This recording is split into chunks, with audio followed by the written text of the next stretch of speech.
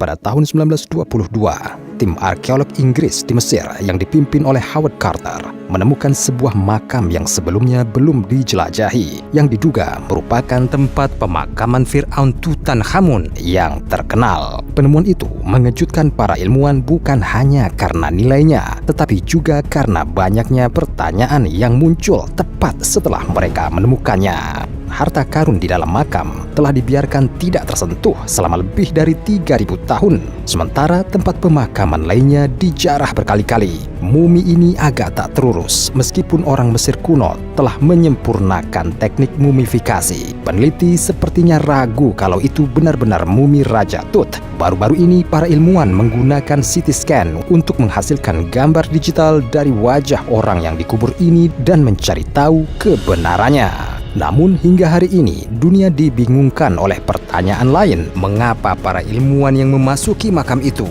mati satu persatu.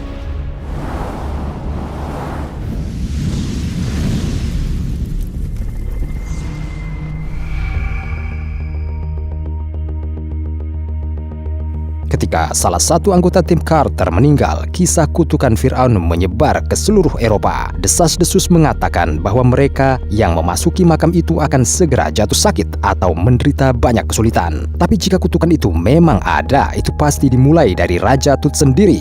Tapi apa mungkin raja yang masih bocah itu mengutuk, dan mengapa? Tutankhamun naik tahta pada tahun 1332 sebelum Masehi. Itu adalah masa ketika Mesir berperang dengan kerajaan tetangga Nubia.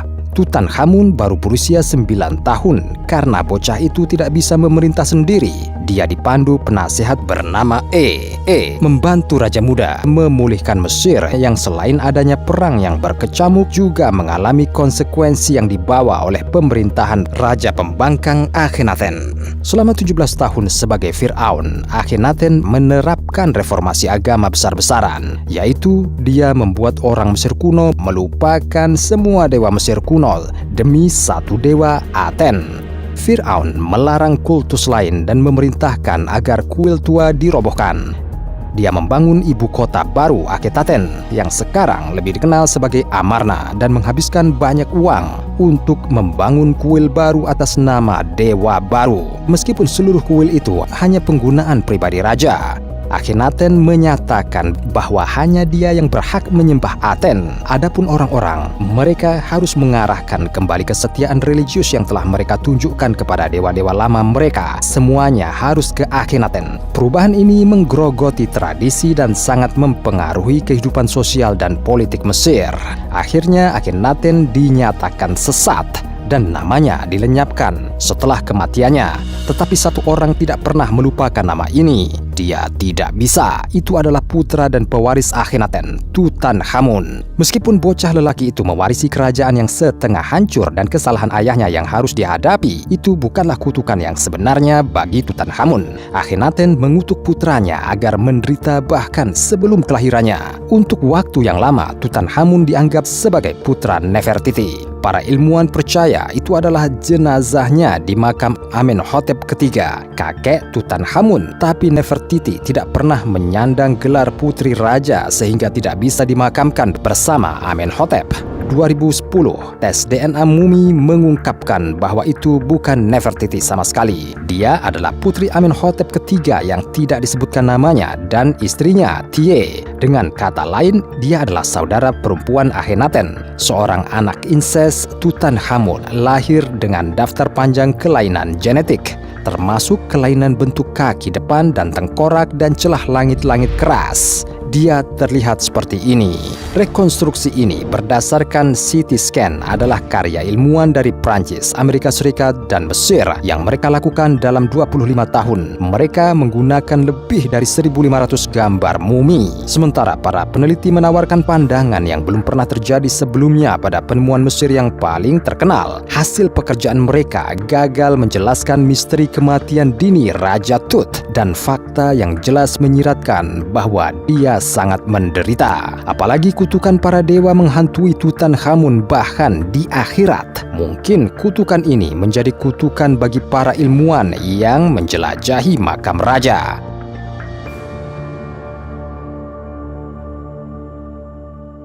segera setelah dia mengunjungi makam Raja Tut, pemodal kaya Amerika George J. Gould terserang infeksi, meninggal beberapa bulan kemudian. George Herbert, Earl of Carnarvon kelima, yang merupakan mitra Howard Carter dan sponsor utama ekspedisi, juga meninggal karena infeksi yang membingungkan 1 tahun setelah dia memasuki makam.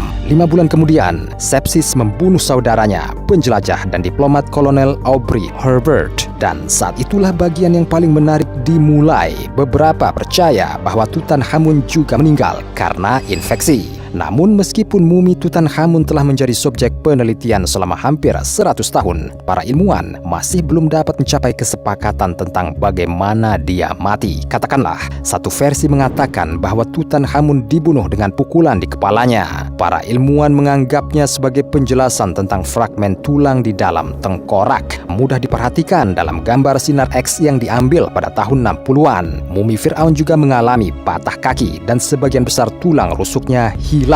Hal ini membuat para ilmuwan percaya bahwa Raja Tut ditabrak oleh sebuah kereta, bahkan mungkin 2 kali. Tersangka utama dalam kasus ini adalah penasehat Raja Dia akan mendapatkan sangat banyak keuntungan dengan membunuh Tutankhamun. Lagi pula, bisa menggantikannya sebagai Fir'aun dan menikah dengan Akhenaten.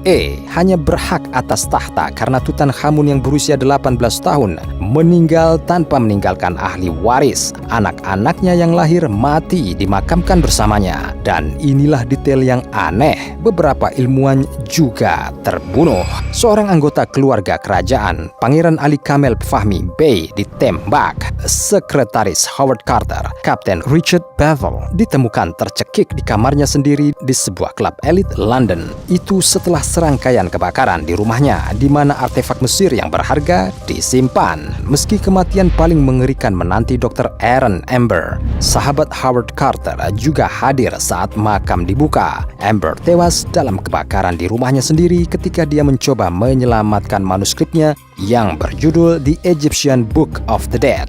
Cukup menarik bahwa mumi Tutankhamun juga menderita kebakaran saat berada di sarkofagusnya. Anda mungkin berpikir ini hanya kebetulan belaka, tapi tetap saja, bagaimana jika ini semua adalah bagian dari satu kutukan yang sama? Makam Tutankhamun yang tidak terganggu mengarah pada gagasan bahwa orang mungkin berhati-hati datang ke sana karena takut mengundang murka para dewa. Bahkan terasa seperti para pendeta dan pekerja yang membuat mumi dan menguburkan Fir'aun muda juga bergegas seolah takut akan sesuatu. Antara pembukaan makam dan pembukaan segel sarkofagus terakhir 3 tahun berlalu. Itulah waktu yang dibutuhkan para peneliti untuk dengan hati-hati membongkar tumpukan artefak dan kemudian membuka kelima kuil pemakaman Raja Tut dan ketiga sarkofagusnya. Selama mereka bekerja di sana, para arkeolog dihantui keraguan bahwa makam itu seharusnya milik orang lain. Kebanyakan hal di dalamnya memuat nama Akhenaten, Amenhotep ketiga, dan orang-orang berpangkat tinggi yang tidak dikenal. Dan ketika sampai pada peti mati, mereka benar-benar bingung. Soalnya, ketiga sarkofagus berbentuk tubuh manusia itu disatukan dan kemudian ditempatkan di tempat yang disebut kuil kayu. Rupanya, peti mati luar ternyata terlalu besar dan jari kaki Fir'aun akhirnya mencuat dari kuil. Tutupnya harus ditutup, jari kakinya dipotong begitu saja. 3000 tahun kemudian, Howard Carter menemukannya di dasar sarkofagus. Peti mati kedua yang berada di tengah karena suatu alasan dibuat dalam bentuk seorang wanita. Ahli Mesir menyimpulkan bahwa sarkofagusnya bersama dengan beberapa artefak lainnya pada awalnya dibuat untuk Nefertiti yang misterius, Firaun perempuan yang namanya tertulis di beberapa tempat di dinding makam Tutankhamun. Rupanya dia hidup pada waktu yang sama dengan Akhenaten tetapi meninggal lebih awal. Howard Carter berteori bahwa Raja Tut dimakamkan di peti matinya karena suatu alasan bahwa kematian raja tidak terduga dan makam serta sarkofagusnya sendiri belum siap. Ketika ahli Mesir mengangkat tutup peti mati terakhir, mereka mendapat kejutan aneh lainnya. mumi itu hangus. Studi lebih lanjut mengungkapkan bahwa para pengurus jenazah benar-benar membanjiri mumi dengan minyak dan resin yang menyebabkan kebakaran di sarkofagus yang tersegel. Untuk menambah penghinaan pada luka, cairan itu memadat dan menempelkan perban linen menjadi satu. Para arkeolog tidak dapat membuka bungkus mumi tersebut dan harus melepas perbannya sepotong demi sepotong. Mumi itu sendiri akhirnya terpaku di bagian bawah peti mati. Para peneliti harus memotongnya menjadi potongan-potongan yang bisa dikeluarkan. Mungkinkah itu akibat kelalaian para pengurus Firaun? Orang Mesir kuno percaya Firaun mereka hanya menjadi lebih kuat di akhirat karena mereka semakin dekat dengan para dewa. Itu sebabnya mereka memperlakukan mumifikasi dengan sangat hati-hati dan hormat. Mereka mencatat pengetahuan dan ritual mereka dalam kitab orang mati. Menurut kitab suci, jantung Firaun selalu disimpan di dalam mumi. Diyakini bahwa penguasa membutuhkan organ untuk melanjutkan pemerintahannya di akhirat. Mumi Raja Tut tidak punya jantung. Sebaliknya, itu ditinggalkan dengan jimat berbentuk skarab. Menariknya, serangan jantung dianggap sebagai penyebab resmi kematian Richard Battle, sekretaris Howard Carter. Meskipun Battle tidak pernah menderita penyakit jantung apapun. Selain jantung yang hilang, para ilmuwan menemukan kerusakan lain yang tidak biasa pada tubuh Firaun muda itu.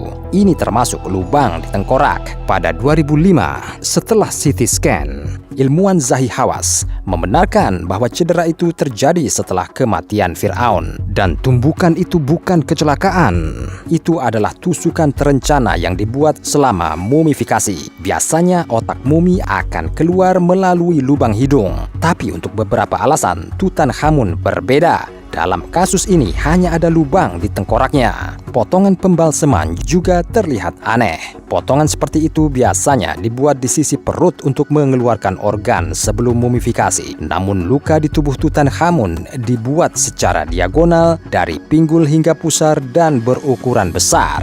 Tampaknya para pengurusnya hanya ingin menyelesaikan penguburan secepat mungkin. Mungkin mereka takut apapun yang membunuh Firaun akan membunuh mereka juga. Mungkin juga ketakutan Ramses Agung, seorang Firaun yang memerintah setelah Tutankhamun dan membawa Mesir ke puncak baru. Dia melakukan lebih dari siapapun untuk membersihkan sejarah dari semua jejak Akhenaten, Tutankhamun, dan pembangkang Amarna lainnya. Mengikuti perintahnya, makam lain dibangun di atas makam raja anak laki-laki sehingga tidak mungkin untuk mendekatinya. Bahkan orang-orang sezamannya percaya bahwa makam Raja Tut telah hilang dan terlupakan. Dan beberapa ilmuwan berpikir bahwa semua keanehan dan mumifikasi serta penguburan yang terburu-buru itu bukan karena istana Firaun percaya pada kutukan itu, tetapi karena orang Mesir kuno menghadapi penyakit menular yang tidak dikenal. Dan infeksi ini bisa membunuh anggota tim ekspedisi Carter.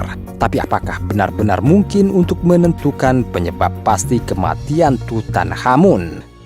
3000 tahun yang lalu, orang tidak tahu apa-apa tentang hal-hal seperti katakanlah Aspergillus. Genus jamur ini ditemukan di beberapa makam di lembah para raja. Ya, bisa hidup baik di dalam maupun di udara terbuka. Jamur ini dapat memicu infeksi serius pada orang dengan sistem kekebalan yang lemah. Setidaknya ada 3 dari mereka dalam ekspedisi tersebut, Jay Gould, Lord Carnarvon, dan saudaranya Audrey Herbert. Selain itu, para ilmuwan telah menyimpulkan penyebab kematian Raja Tut yang paling masuk akal adalah patah kaki, patah tulang rusuk, dan penyakit menular. Analisis terperinci dari mumi tersebut mengungkapkan bahwa Tutankhamun memiliki nekrosis tulang avaskular di kaki dan pergelangan kaki. Sederhananya, tulangnya mati karena aliran darah yang buruk. Tetapi artefak yang tersisa memberitahu kita bahwa pemuda itu menghabiskan seluruh hidupnya dengan tongkat. Dan benar, tidak lama sebelum kematiannya, dia memang mengalami patah kaki. Adapun tulang rusuk mumi itu ternyata tidak retak, tapi benar-benar hilang. Ini dicuri pada tahun 60-an dengan kerah berharga Firaun yang terletak di atasnya. Ini juga sepenuhnya meyakinkan teori bahwa sebuah kereta menabrak Firaun. Jadi inilah yang membuat kita terinfeksi sebagai satu-satunya penjelasan yang mungkin. Pada 2009, Zahi Hawass menyelesaikan studi radiologis dan genetik yang komprehensif dari 11 mumi penguasa dari dinasti ke-18 Mesir, termasuk Tutankhamun. Dia menyimpulkan bahwa penyebab kematian Fir'aun yang paling masuk akal adalah kombinasi dari nekrosis avaskular, patah kaki, dan malaria. Tapi malaria bukanlah virus, itu adalah parasit yang hanya dapat ditularkan dari orang ke orang melalui gigitan nyamuk betina. Dan bahkan jika diagnosis ini dapat dianggap final dalam hal kematian Fir'aun itu sendiri, dengan semua slip mumifikasi yang dijelaskan oleh desakan Ramses yang gelisah untuk naik tahta, mengapa para arkeolog mati?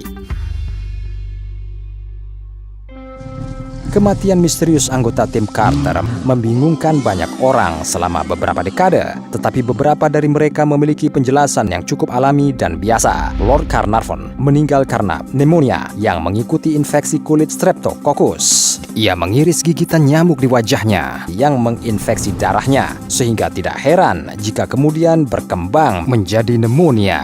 Or memiliki sistem kekebalan yang lemah. Dia menghabiskan bertahun-tahun di negara-negara hangat mencoba untuk merawat penyakit paru-parunya. Salah satu negara itu adalah Mesir. Adapun penjelajah tim lain yang meninggal karena penyakit, usia rata-rata mereka perlu diperhitungkan 75 tahun. Banyak dari mereka memulai ekspedisi dengan kesehatan yang buruk. Memang ada juga Aaron Amber yang tewas secara tragis dalam kebakaran itu. Amber punya waktu untuk menyelamatkan dirinya sendiri, tetapi malah memutuskan untuk menyimpan manuskripnya. Pemimpin ekspedisi Howard Carter juga meninggal karena sebab alamiah 16 tahun setelah makam dibuka. Namun keadaan di mana anggota tim lainnya meninggal tampaknya terlalu tidak terduga. Sejarawan dan penulis Mark Beynon menemukan bukti bahwa beberapa kematian misterius di London yang dikaitkan dengan kutukan Raja Tut ternyata adalah pembunuhan. Semuanya hanya ada satu pelaku, Aleister Crowley. Di 2011, The Telegraph menerbitkan artikel tentang ini. Crowley adalah seorang penulis prosa dan puisi dan seorang pendaki gunung. Dia juga seorang okultis dan mistik yang terobsesi dengan kisah Jack the Ripper. Crowley mendedikasikan banyak halaman jurnal dan bukunya untuk pembunuh berantai ini. Dengan mempelajari tulisan-tulisan Crowley, Mark Beynon bergabung dengan potongan-potongan teka-teki itu. Misalnya, bukan rahasia lagi bahwa Pangeran Ali Kamil Fahmi ditembak oleh istrinya, Marie Marguerite. Tetapi sedikit yang tahu, Marie Marguerite adalah kekasih Aleister Crowley. Perempuan itu adalah pelacur kelas 1 dan juga bekerja di restoran yang sering dikunjungi Crowley. Tuan Beynon berasumsi bahwa Crowley menghasutnya untuk melakukan pembunuhan. Korban pasangan berikutnya adalah Aubrey Herbert yang meninggal tak lama setelah Marie Marguerite dinyatakan tidak bersalah. Bayangkan saja, Herbert lahir dengan penyakit mata degeneratif dan menjadi buta total menjelang akhir hidupnya. Dan dokter giginya menganggap giginya yang harus disalahkan, menasihatinya untuk mencabut giginya agar penglihatannya kembali. Tapi operasi di klinik swasta itu mencurigakan. Mr. Beynon mengira Crowley memanfaatkan Marie Marguerite untuk melakukan pekerjaan kotornya lagi. Crowley juga bisa terlibat dengan kematian sekretaris Howard Carter, Kapten Richard Battle, yang ditemukan tercekik di tempat tidurnya di klub pria. Awalnya diasumsikan bahwa dia meninggal karena serangan jantung, tetapi Battle baik-baik saja. Crowley sebaliknya menghabiskan cukup banyak waktu pada masa itu untuk bertemu dengan penulis Somerset Maugham di klub pria yang sama. Mark Beynon mengklaim ada beberapa petunjuk tidak langsung dalam jurnal Crowley yang menghubungkannya dengan kematian tersebut. Tetapi bagian terpenting adalah sistem kepercayaan Crowley yang penuh dengan referensi ke Mesir kuno. Dia menganggap pembukaan makam Tutankhamun sebagai penodaan. Dia mungkin menganggap dirinya sebagai pelaku kehendak dewa